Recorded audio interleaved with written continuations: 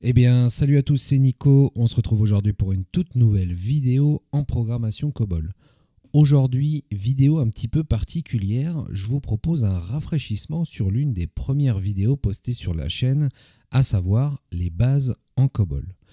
Aujourd'hui, on va s'étendre beaucoup plus sur le sujet, essayer d'être un petit peu plus exhaustif. La vidéo risque probablement d'avoisiner les 50 minutes, alors posez-vous, prenez un petit thé, un petit café. Et je vous le rappelle également, j'ouvre une parenthèse, c'est que vous pouvez télécharger gratuitement l'e-book des meilleures pratiques en COBOL en suivant le lien en description.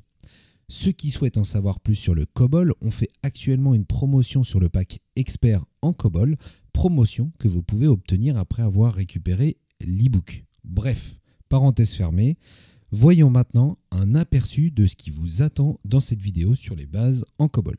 On va déjà commencer par un voyage dans le temps. Nous débuterons par une incursion dans l'histoire du COBOL.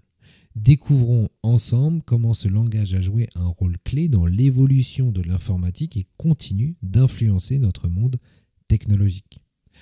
Découverte des fondations. Nous explorerons ensuite les spécificités et structures du COBOL. Vous apprendrez les bases de sa syntaxe unique et comprendrez en quoi elle se distingue des autres langages de programmation. Ensuite, le COBOL dans le monde moderne. Nous verrons comment le COBOL s'est adapté aux changements technologiques et reste un acteur important dans l'industrie actuelle. Pour finir, premier pas en programmation COBOL. Nous effectuerons une première approche à la programmation COBOL. Vous découvrirez le format d'une ligne de code en COBOL et nous analyserons ensemble la structure et le déroulement d'un programme typique. Déjà, parlons un peu d'histoire. Le langage COBOL, pour Common Organization Business Oriented Language, est né en 1959 à l'initiative du gouvernement américain. L'objectif principal de sa conception était de parvenir à la définition d'un langage de programmation avancé, indépendant des plateformes matérielles et adaptable au traitement de gestion dans les entreprises. En effet, les entreprises et les agences gouvernementales avaient besoin de gérer les salaires, de préparer les budgets et tout bonnement de gérer tous les aspects traditionnels du traitement des données d'entreprise. Lors de tests effectués dans les années 60, les programmes écrits en COBOL pouvaient fonctionner sur plusieurs ordinateurs d'un même fabricant et de fabricants différents. Le ministère de la Défense était particulièrement intéressé car il était l'une des rares organisations à acheter des ordinateurs de différents fabricants. COBOL a été rapidement adopté dans ce ministère, ainsi que dans d'autres agences fédérales et dans le secteur privé. Écrit initialement pour le court terme, le COBOL s'est avéré si utile qu'il a dominé une grande partie du traitement des données des administrations et des entreprises pendant des décennies. Des millions de transactions bancaires sont encore traitées quotidiennement avec les programmes COBOL. Au fur et à mesure que l'utilisation de langages de programmation devenait monnaie courante, des industries indépendantes, florissantes à droite et à gauche, ont permis le développement de nombreux logiciels informatiques. Évidemment, au cours des années, le langage COBOL a évolué et a été légèrement repensé pour être adapté aux nouveaux concepts de programmation. Dans l'écosystème de la programmation, le langage COBOL souffre d'une réputation de lourdeur et de manque de performance. Néanmoins, c'est un langage parfaitement adapté à l'informatique de gestion et sa structuration, son organisation canalise le développement des programmes en évitant la programmation anarchique et déstructurée. En programmation COBOL, les instructions étaient autrefois saisies sur des cartes perforées IBM de 80 colonnes. Regardez ici, on a une carte IBM composée de 80 colonnes avec localement de minuscules trous permettant de transmettre des informations à une unité de traitement. Alors, évidemment, ces cartes perforées sont devenues obsolètes de nos jours. Désormais, nous pouvons coder avec certains de nos environnements de développement préférés. Pour autant, la structure générale est préservée. C'est le cas notamment des 80 colonnes, qui étaient et qui sont toujours utilisées d'une manière bien précise. En effet, la structure de codage du langage COBOL permet d'identifier les instructions de codage en fonction de leur position. Regardez ici, c'est une capture d'écran modifiée d'une zone de travail de l'environnement de développement VS Code. Les 6 premières positions que vous voyez ici, elles sont réservées à la numérotation des instructions. Cette numérotation permettait notamment au compilateur de s'assurer du bon ordre des instructions. Cet usage est désormais obsolète. Bien que ces lignes soient toujours disponibles, on verra prochainement l'usage que nous pouvons en faire. Ensuite, la 7e position, elle permet notamment d'indiquer au compilateur que la ligne est une ligne de commentaire, si on y ajoute notamment un astérisque. C'est également à cette position que l'on va indiquer au compilateur qu'une ligne doit être traitée en mode debugging, en ajoutant la lettre D. Tout cela, on va le revoir progressivement, c'est juste sur la partie introductive. Le programme débute réellement en 8e position.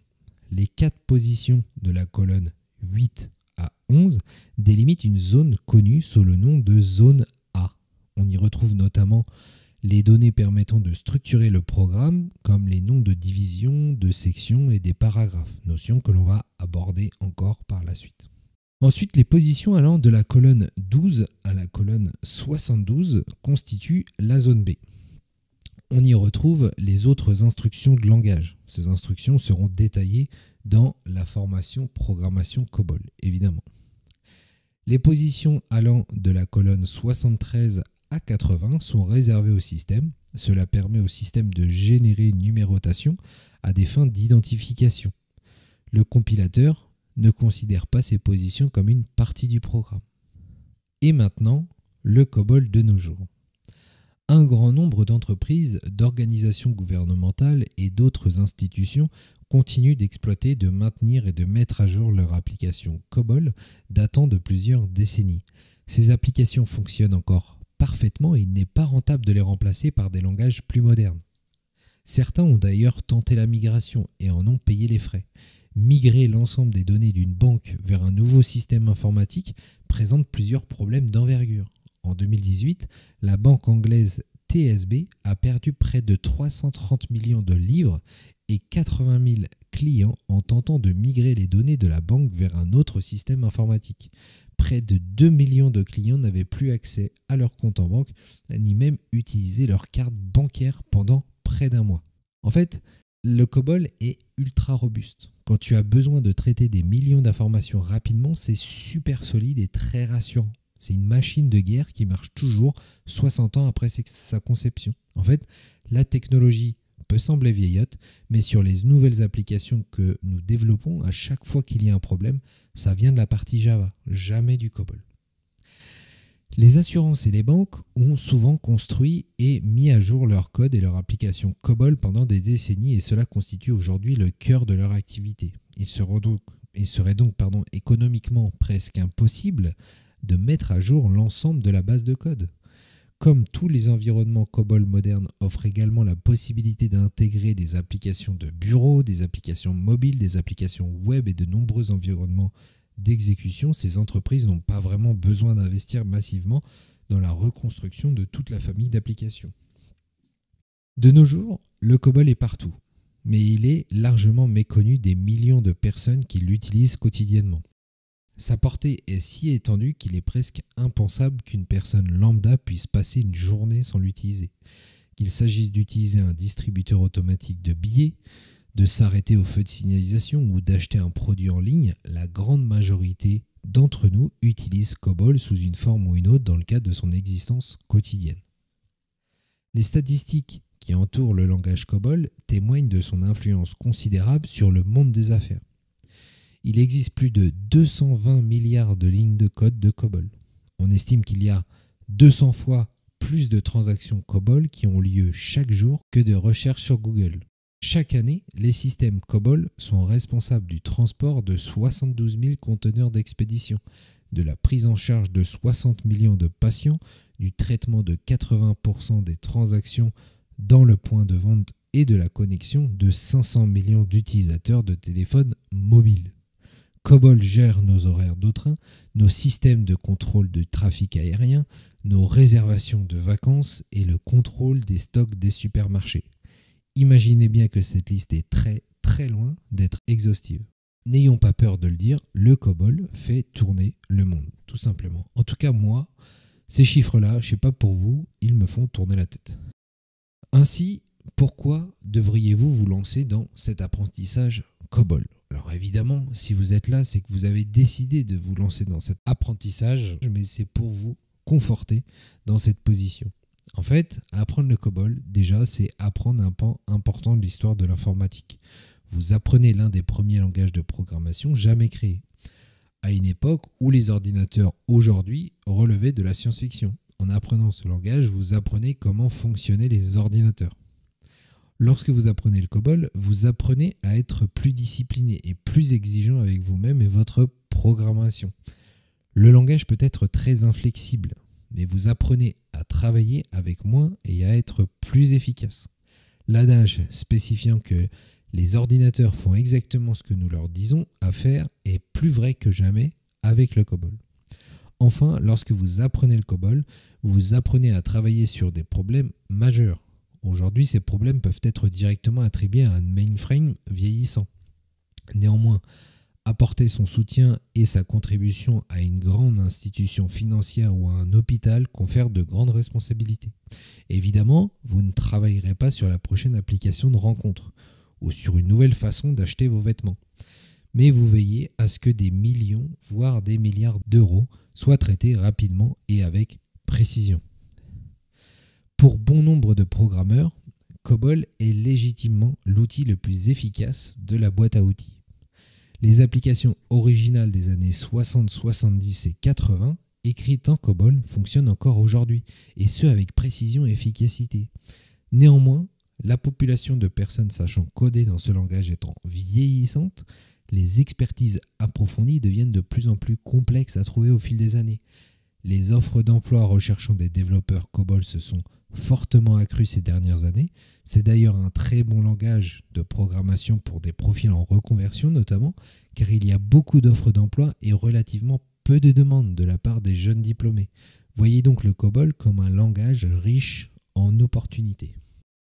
Faisons désormais nos premiers pas en programmation COBOL. Alors, comme mentionné précédemment, le COBOL, il était autrefois saisi sur des cartes perforées IBM de 80 colonnes. On l'a dit, le format de référence d'une ligne de code en programmation COBOL se base toujours sur ce format de ce support physique. On va revenir plus en détail à ce que l'on a dit tout à l'heure. Le format d'une ligne de code en COBOL est structuré et organisé pour favoriser la lisibilité et la maintenabilité des programmes. Dans cette partie, on va aborder les différents éléments d'une ligne de code, cette fois-ci plus en détail, et comment ils interagissent pour créer un programme fonctionnel. Détaillons ensemble les différentes zones qui composent une ligne de code. Comme on l'a dit, de la première à la 6e position, c'est le champ de numérotation de séquence. Ce champ, qui peut contenir par exemple 000-100, est réservé au numéro de séquence des lignes. Cette numérotation permettait au compilateur de s'assurer du bon ordre des instructions, ce qui était particulièrement important à l'époque des cartes perforées où les erreurs de tri étaient fréquentes. Les numéros de séquence facilitaient également la gestion des versions et la documentation. Cependant, il est important de noter que les numéros de séquence ne sont plus nécessaires dans les compilateurs COBOL modernes car ils sont en mesure de traiter les instructions correctement sans cette numérotation. De plus, les outils de développement intégrés, les IDE et les systèmes de contrôle de version modernes rendent cette fonctionnalité moins pertinente. Malgré cela, certains programmeurs COBOL continuent d'utiliser ces numéros de séquence pour des raisons de lisibilité et de compatibilité avec les anciens programmes. N'ayant que peu d'intérêt à présent, je vais m'affranchir de ce champ dans le reste de la formation, je ne vais plus en parler. Voilà. Ensuite, la 7e position, c'est ce que l'on appelle le champ indicateur. La 7e position d'une ligne de code permet de préciser au compilateur, déjà dans un premier temps, que la ligne codée est une ligne de commentaire si vous y ajoutez un astérisque. Regardez l'image, ici on a un astérisque en position 7 et ensuite le texte qui est ajouté, c'est un commentaire. Dans ce cas, le compilateur ne vérifie pas le contenu de la ligne mise en commentaire. Ça permet également de préciser que la ligne codée est la continuation de la ligne précédente si on y ajoute un tiret. Regardez l'exemple ici. L'utilisation du tiret est très pratique dans le sens où nous ne pouvons pas écrire au-delà de la colonne 72, ce qui est contraignant lorsque l'on doit assigner une valeur à une variable et que celle-ci est relativement longue. Le tiret est le caractère de continuation permettant de contourner ce problème. Vous voyez, ici on a déclaré une variable phrase avec une valeur qui est beaucoup trop longue. Cette phrase est beaucoup trop longue pour être écrite sur une seule ligne. On peut également spécifier au compilateur que la ligne codée doit être utilisée à des fins de debugging, si on y ajoute l'indicateur de débogage D en minuscule ou D en majuscule, tout simplement. En fait, ici, vous voyez, on l'a mis à côté d'un display. La ligne sera activée, cette ligne-là, display phrase, en fait, display, ça permet d'afficher quelque chose. Ici, la phrase, c'est la variable.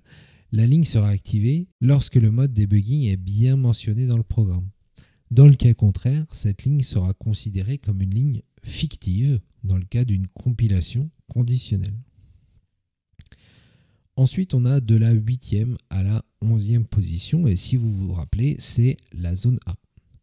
Cette zone, elle est utilisée pour tout ce qui est en tête de division, de section, de paragraphe, ainsi que des numéros de niveau hiérarchique 0,1 et 77 que nous détaillerons prochainement. Les éléments suivants sont généralement placés dans la zone A. On a les en-têtes de division, donc ils définissent les grandes parties d'un programme COBOL, telles que la Identification Division, la Data Division et la Procedure Division. On a également les en-têtes de section. Ils décomposent davantage les divisions en sous-parties, par exemple la File Section et la Working Storage Section dans la Data Division. On a également les en-têtes de paragraphes. Ils regroupent toutes les instructions logiquement liées et peuvent être appelées par des instructions perform. On va y venir plus tard. On a également les numéros de niveau hiérarchique 0,1 et 77. Le niveau 0,1 définit un enregistrement de niveau supérieur dans une structure de données, tandis que le niveau 77 est utilisé pour déclarer des éléments de données indépendants. Alors, qu'est-ce que cela signifie? Sans rentrer dans le détail pour le moment, notez tout simplement que la première lettre d'un nom de paragraphe, de section ou bien même de division doit être écrite au sein de la zone A. Regardez cet exemple. Ici, on a la division identification. La première lettre, la lettre I, elle doit être positionnée soit en 8e, 9e, 10e ou 11e position. Si vous la placez en 12e position, vous allez générer une erreur. Et ça, c'est pareil, comme on l'a dit, pour les noms de division, de section, de paragraphe. Et également les variables, mais ça, on va y revenir. Quand vous codez une variable, vous allez utiliser un numéro de niveau hiérarchique, par exemple 0,1 ou 77, que vous allez devoir également placer entre les positions 8 et 11 inclus. Ensuite, on a la 12e à la 72e position, et ça, c'est ce qu'on appelle la zone B. Cette zone contient l'instruction COBOL elle-même, y compris les noms de données, les verbes, les conditions, les expressions et les opérateurs. En fait, l'ensemble des instructions que vous voyez ici, eh bien, elles débutent à la 12e position, mais elles auraient très bien pu débuter à la 16e position, tant que cela se situe au sein de la zone B. Notez qu'il existe des éléments dont le premier caractère peut être codé à la fois en zone A et en zone B. Cela n'a pas d'importance. Prenons notamment les lignes de commentaires. Comme on l'a dit, si vous voulez placer un commentaire, il vous suffit de mettre un astérisque en position 7. La suite du commentaire peut être écrite à la fois en zone A ou en zone B. En tout cas, la première lettre que vous allez placer de ce commentaire peut être en zone A ou en zone B. On a également les lignes de débogage. Au même titre qu'un commentaire, tant que l'indicateur D est bien positionné en colonne 7, le reste du code peut être positionné en zone A ou B. Et pour finir, on a de la 73e à la 80e position, ce qu'on appelle le champ d'identification. Les positions allant de la colonne 73 à 80 sont réservés au système, qui génère une numérotation à des fins d'identification. En fait, le compilateur ne considère pas ces positions comme une partie du programme. En revanche, lors de l'impression, ces colonnes sont prises en compte, car le système prévoit 80 caractères par ligne. Avec cette première approche, vous aurez le sentiment, je pense, que le COBOL est un langage extrêmement structuré et qu'il est primordial de respecter quelques règles. Ce sentiment, il va grandir encore plus avec ce que l'on va voir par la suite. Mais ne vous inquiétez pas, nous allons continuer à aborder ces notions de base ensemble, pas à pas. Alors, là on va voir quelque chose d'assez costaud, c'est le déroulement et le découpage d'un programme. On va parler structure. Le langage COBOL, il a une structure hiérarchique, ce qui signifie qu'il y a des choses à l'intérieur d'autres choses. Bon, dit comme ça. Plus précisément, dans un programme COBOL, on retrouve des divisions. Et à l'intérieur de ces divisions, il y a des sections. Au sein de ces sections, vous trouverez des paragraphes qui eux-mêmes contiennent des phrases et les phrases se décomposent en déclarations. Voilà. Vous allez voir, ce n'est pas si bien compliqué au final. On va commencer par la fin. On va commencer par les déclarations et les phrases. En fait, ces déclarations, on les nomme également des instructions. Et on va revenir progressivement d'accord en arrière. Une instruction, c'est une directive unique commençant généralement par un mot réservé COBOL tel que add, divide, move, compute. Ce sont des exemples. Ces instructions vont se placer au sein de phrases qui, au même titre qu'une phrase parlée pouvant contenir de nombreux éléments d'information, une phrase COBOL peut contenir une ou plusieurs instructions. Voici un exemple. On a une instruction qui a pour but de déplacer la valeur 18 au sein de la variable âge. Dans le cas où cette instruction est la dernière au sein d'un paragraphe, il est important de savoir ça, eh bien un point s'ajoute en fin d'instruction. Ça, c'est très important. Ici, vous voyez le move 18 to âge, il se termine par un point car cette instruction est la dernière du paragraphe traitement principal. Ce point, c'est ce que l'on appelle un terminateur de portée implicite. Bon, je vous l'accorde, c'est un petit peu barbare. Le point, il indique que tous les énoncés qui le précèdent et qui ne sont pas encore terminés sont ainsi déclarés comme terminés. Vous pouvez également terminer la portée d'une déclaration en utilisant ce que l'on appelle un terminateur de portée explicite. Bon, prenons un exemple. Il existe en programmation COBOL ce que l'on appelle des alternatives qui nous permettent d'exécuter une instruction if, une instruction si une condition est remplie. Pour cela, donc je vous l'ai dit, on utilise un if. Il est possible de terminer ce if à l'aide d'un end if. Ainsi, vous n'avez pas besoin d'ajouter un point pour spécifier la fin de l'instruction. Voyez cet exemple. If âge est supérieur ou égal, display, donc c'est afficher quelque chose, afficher vous êtes majeur. Et ensuite, on a le end if. Admettons que ce end if est la dernière instruction de notre paragraphe, eh bien on n'est pas obligé de mettre un point. Donc voilà, comme je vous l'ai décrit ici, le code il peut se traduire simplement par si la valeur contenue dans la variable âge est supérieure ou égale à 18, eh bien vous affichez vous êtes majeur. Les deux méthodes fonctionnent très bien, l'utilisation du point ou l'utilisation d'un terminateur de portée explicite. Ensuite, on a ce que l'on appelle les paragraphes. Donc ça, on l'a un petit peu déjà abordé. Donc, ces paragraphes sont définis par l'utilisateur dans le but de créer une structure au programme. En règle générale, un paragraphe représente une action spécifique composée d'étapes plus petites. Ainsi, s'il s'agit d'une action susceptible d'être appelée et répétée plusieurs fois dans un programme, comme l'affichage d'un message, elle peut être placée dans un paragraphe. De cette façon, vous pourrez appeler ce paragraphe par son nom autant de fois que vous le souhaitez, à partir d'un autre endroit du programme. Regardez l'exemple ici. On ne va pas rentrer dans le détail tout de suite, mais voyez le premier paragraphe. On a un paragraphe traitement général début avec le premier caractère, ici un 0, qui doit être positionné entre les positions 8 et 11 incluses. Ici, on est en position 8. Donc le nom du paragraphe, lui, il se termine par un point. Et à l'intérieur de ce paragraphe, on va appeler un autre paragraphe à l'aide de l'instruction perform. On va faire un perform du paragraphe bonjour début jusqu'à bonjour fin. On voit que notre instruction perform, eh bien, c'est la dernière instruction de notre paragraphe traitement général. Donc on ajoute un point à la fin du bonjour fin, tout simplement. Et qu'est-ce qu'il se passe? Ce perform, il nous permet de dire finalement exécuter les instructions du paragraphe bonjour début jusqu'au paragraphe bonjour fin. Et à l'intérieur de cet autre paragraphe, on va retrouver une instruction d'affichage qui va nous permettre d'afficher bonjour tout le monde, tout simplement. Ensuite, on va avoir les sections.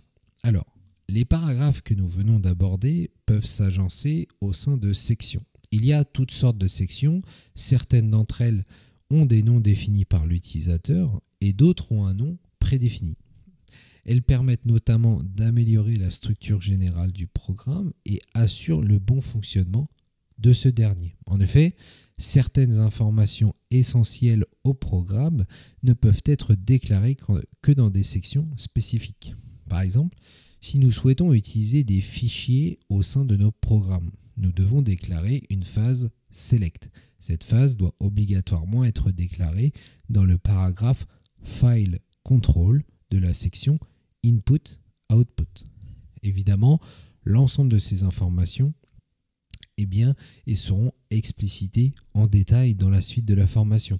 Tout ce dont vous avez besoin de retenir actuellement, c'est le fait qu'un programme COBOL est structuré et que certaines informations doivent être déclarées dans des paragraphes, des sections et des divisions spécifiques. Ils ne peuvent pas être déclarés dans d'autres endroits. Il est important de noter que toute section et paragraphe doit être précédé d'un point. Ce point, il peut provenir de trois choses. Soit de l'instruction procédure division que l'on va prochainement aborder, soit de la dernière instruction du paragraphe précédent. Rappelez-vous de l'instruction move que nous avons précédemment utilisée pour illustrer le point ou terminateur de portée implicite. On avait un move 18 to age, comme c'était la dernière instruction de notre paragraphe, on y a ajouté un point. Ou alors de la dernière ligne codée, car oui, un point seul sur une ligne est autorisé tant que ce dernier est positionné à minima en position 12. De plus, toute déclaration de section et de paragraphe doivent se terminer par un point. Il est d'usage de placer ce point directement après le nom de la section ou du paragraphe. On l'a vu, tout à l'heure, on avait un paragraphe qui s'intitulait « Traitement général début », on y place un point. Traitement général fin, on y place un point. Comme le bonjour début, on y place un point. Voilà. Il faut toujours ajouter un point. Ensuite, on va avoir les divisions. Alors, il existe 4 grandes divisions en programmation COBOL. On a l'Identification Division. Elle permet de préciser, entre autres, le nom de notre programme, l'auteur, la date d'écriture, etc. On a ensuite l'Environment Division. Elle permet, comme son nom l'indique, de préciser l'environnement informatique sur lequel le programme est compilé et exécuté.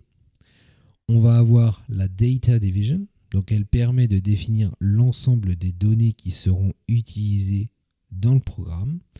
Et pour finir, la Procedure Division. Donc elle va contenir toute la logique générale du code dans lequel on retrouve l'ensemble des instructions.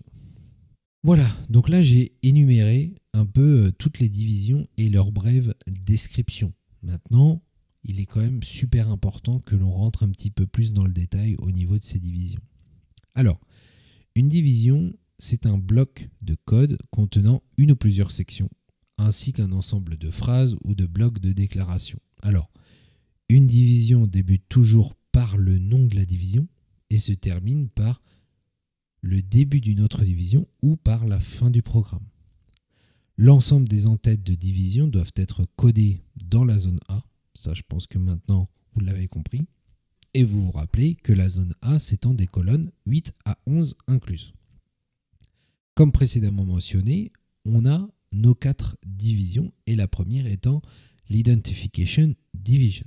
Donc cette division, elle doit être la première division de chaque programme COBOL. C'est très important. Cette division doit être la première division de chaque programme COBOL. Cette division désigne le nom du programme ainsi que d'autres éléments pour identifier le programme de manière unique. On y retrouve notamment le nom de l'auteur, celui qui a écrit le programme, ainsi que d'autres informations optionnelles que vous voyez ici comme l'installation, la date d'écriture, date de compilation, sécurité, etc. Mais notez que seul l'entête de la division, ainsi que le paragraphe Program ID désignant le nom du programme sont obligatoires. Les autres paragraphes sont facultatifs et peuvent apparaître dans n'importe quel ordre. L'écriture de l'entête ainsi que les paragraphes précédemment cités, je le répète, doivent être codés en zone A. Très important. Donc on l'a vu, Program ID, c'est l'autre paragraphe important. En fait, le paragraphe Program ID, il précise le nom du programme. Étant obligatoire, ce paragraphe doit être le premier de la division. Il existe un formalisme concernant le nom de programme. Souvent, on part du principe qu'on doit avoir maximum 8 caractères, dont le premier est obligatoirement alphabétique. Mais il faut savoir que selon les compilateurs, vous pourrez très bien utiliser des noms de programmes beaucoup plus longs. Ensuite, on a l'Environment Division. Donc en fait, cette division, elle précise l'environnement informatique sur lequel le programme est compilé et exécuté.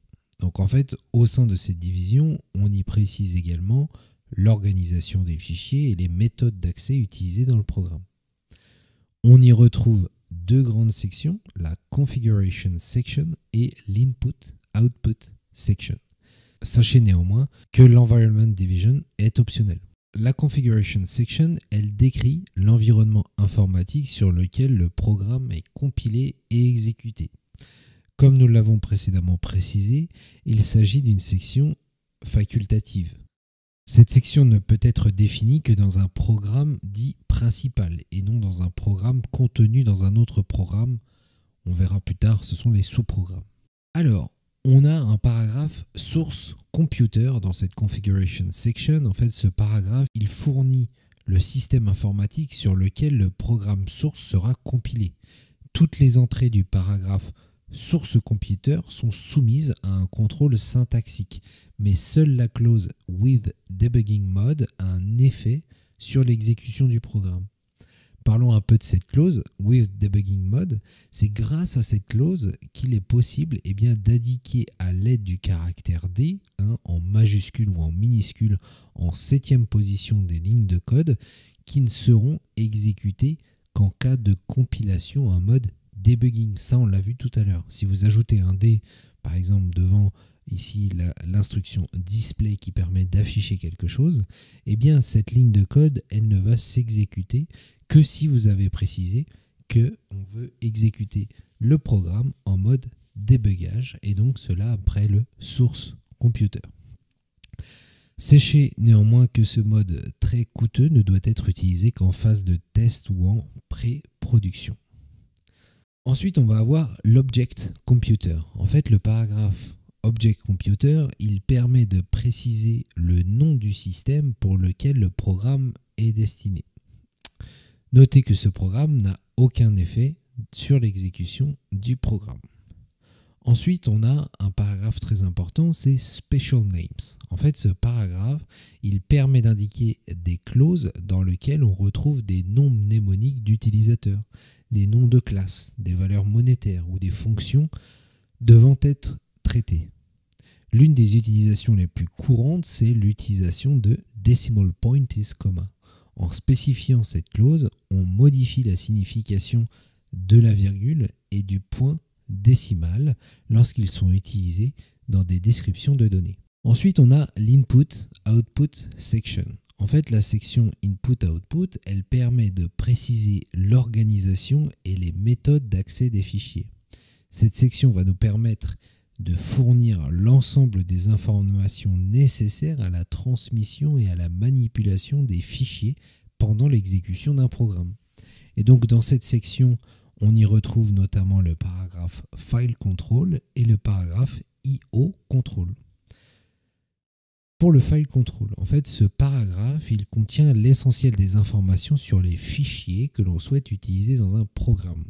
On y retrouve notamment les informations concernant l'organisation du fichier, son mode d'accès, la clé primaire, etc., etc. Encore une fois, on ne s'inquiète pas, ces informations elles seront abordées ultérieurement au cours de la formation. La seule information à retenir est le fait que l'on précise l'ensemble des informations d'un fichier que l'on souhaite utiliser dans le paragraphe File Control. Voilà. Ensuite, IO Control, en fait, ce paragraphe, il définit les événements qui, s'ils se produisent, provoquent la mise en place de points de redémarrage. Ce paragraphe peut également spécifier une zone mémoire qui doit être partagée par différents fichiers. En outre, il définit des conditions spéciales d'entrée et de sortie.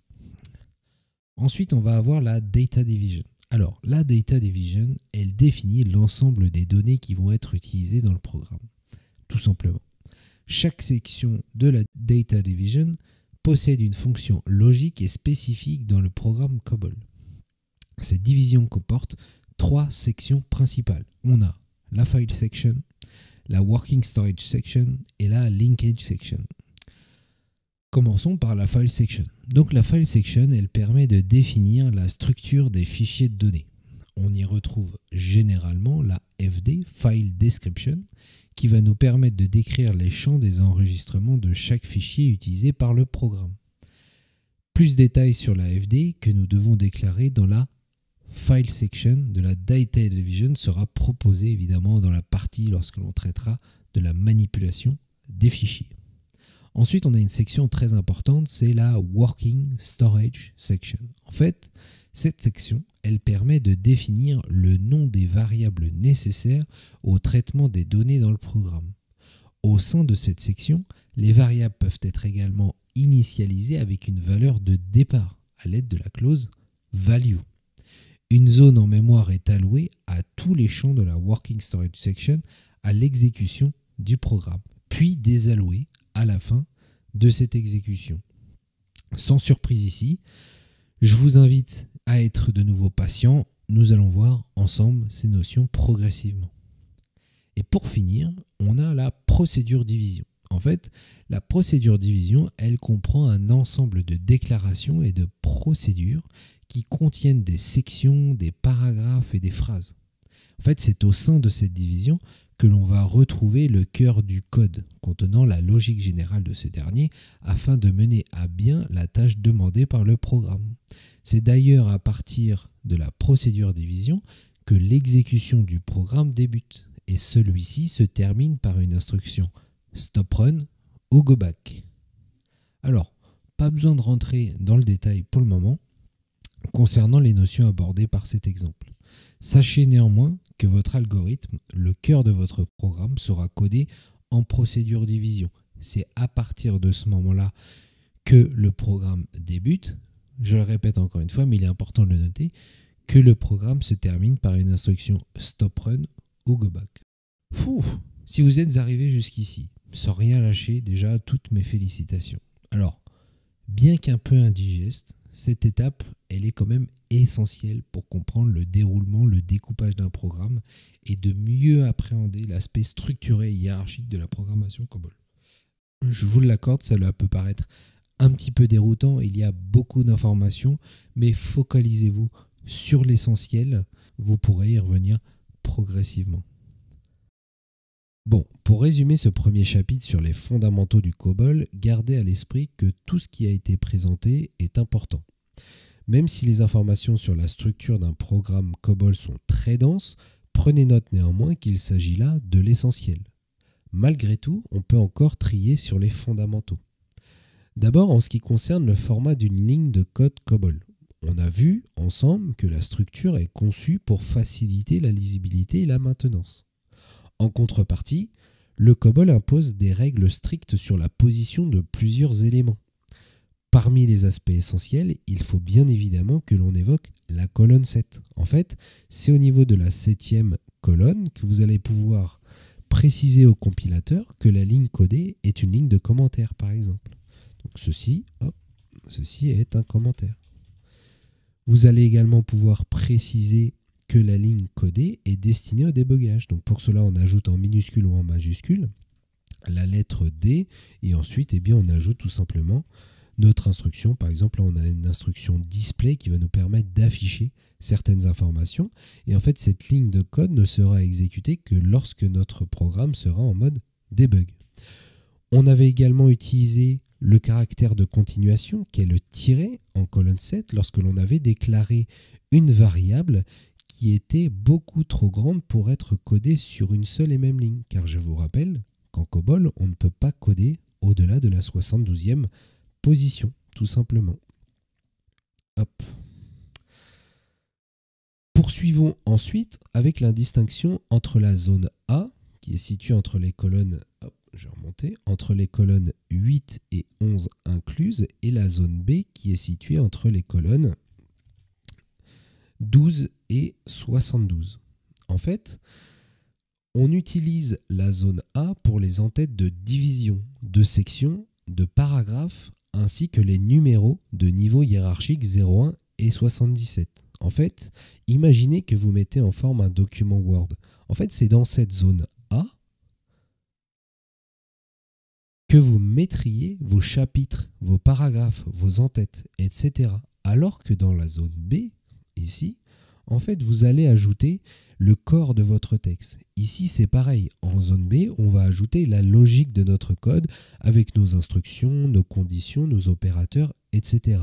Ça, c'est ce qu'il faut absolument retenir à tout prix concernant le format d'une ligne de code. Maintenant, concernant le découpage. Donc là, en fait, j'ai ajouté, je vais enlever ça. Concernant le découpage, vous voyez ici que j'ai ajouté l'ensemble des informations que l'on a vues ensemble, à savoir nos 4 divisions principales, l'Identification Division, l'Environment Division, la Data Division et la Procedure Division. Associé à cela, on a un certain nombre de paragraphes ainsi que des sections qui sont associées à ces divisions. Voilà. Mais ce qu'il faut savoir, c'est que l'essentiel de ces paragraphes, divisions ou sections ne sont pas obligatoires. L'une qui est obligatoire, évidemment, c'est l'Identification Division. C'est celle qui doit débuter votre programme. Ensuite, il y a un seul paragraphe obligatoire à la suite de cette Identification Division. C'est le programme-ID qui permet de donner un nom à votre programme. Tous ces paragraphes-là, l'auteur, installation, date d'écriture, date de compilation, sécurité, tout cela, ce n'est pas obligatoire, donc on va pouvoir les enlever. Ce qu'il faut retenir principalement, c'est cela pour l'Identification Division. Ensuite, on a l'Environment Division et la Data Division. Il faut savoir que ces divisions, les sections associées et les paragraphes associés à ces deux divisions, eh bien, ne sont pas obligatoires. On peut très bien se retrouver, je vais copier ces informations, on peut très bien se retrouver avec un programme qui dispose simplement de la division identification et de la procédure division dans lequel on va retrouver par exemple une instruction display d'affichage. Par exemple, on a notre fameux Hello World, voilà, et ensuite on va avoir une instruction qui va arrêter ce programme, tout simplement. Si on n'a pas besoin de variables, notamment, eh bien on peut tout simplement se retrouver avec ceci. Mais de manière générale, on va au moins retrouver la partie Data Division et la Working Storage Section, car c'est à l'intérieur que l'on va déclarer l'ensemble des variables dont on va avoir besoin pour notre programme. L'Environment Division, elle, va être utilisée pour la Configuration Section, notamment pour indiquer si l'on souhaite que notre programme soit utilisé en mode debug, si l'on veut spécifier notamment pour les nombres décimaux, si on est plutôt sur un point ou sur une virgule notamment. L'Input-Output Section va être utilisée lorsque l'on va utiliser des fichiers. Donc vous ne rencontrerez pas forcément l'Environment Division dans l'ensemble de votre programme. Donc on va l'enlever. Ensuite, au niveau de la Data Division, c'est pareil. La File Section, si on n'a pas de fichier, on n'en a pas besoin. La Linkage Section, si on n'a pas mis en place d'appel à un sous-programme, on ne va pas avoir besoin de la Linkage Section. Voilà, tout simplement. Et généralement, vous allez au moins retrouver ça. La division identification, le programme ID pour donner le nom de votre programme, la data division avec la working storage section.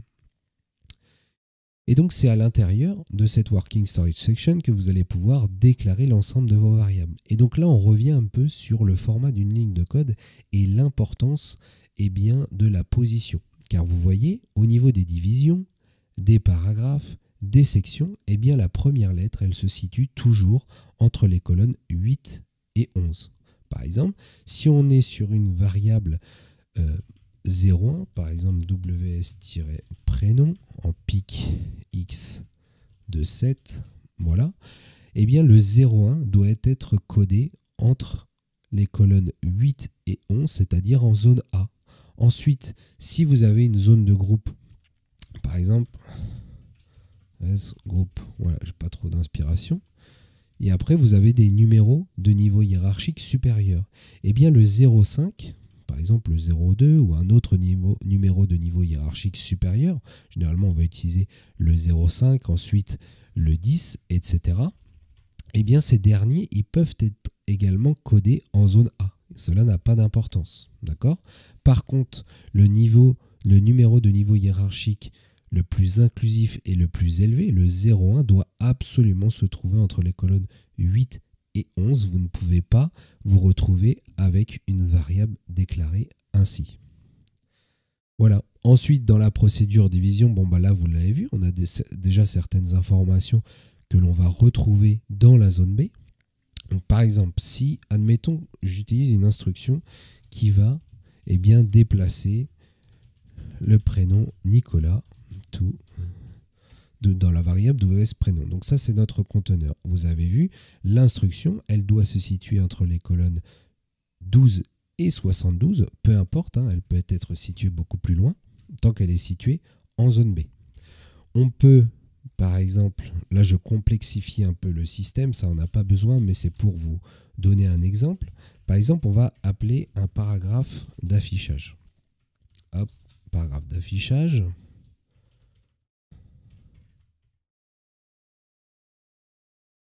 Affichage. Voilà. Et après, on va mettre une instruction pour arrêter le programme. Ça va être ainsi. Et ensuite, notre paragraphe 8000 affichage début, en fait, et 8000 affichage fin, ils doivent être codés absolument en zone A, c'est-à-dire entre les colonnes 8 et 11.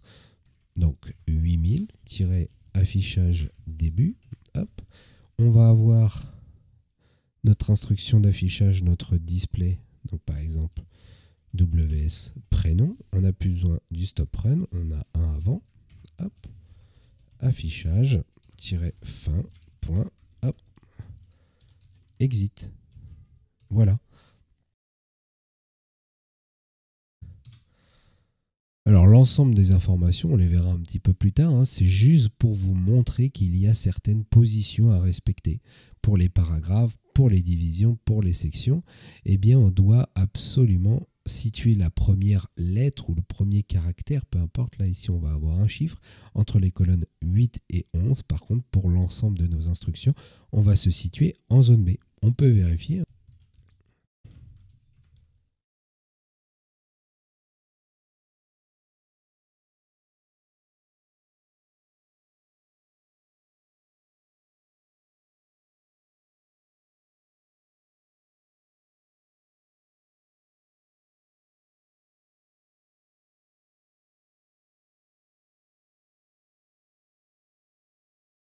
Voilà, on affiche le prénom Nicolas.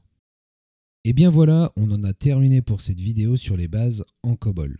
N'hésitez pas à faire vos retours et à poser vos questions en commentaire.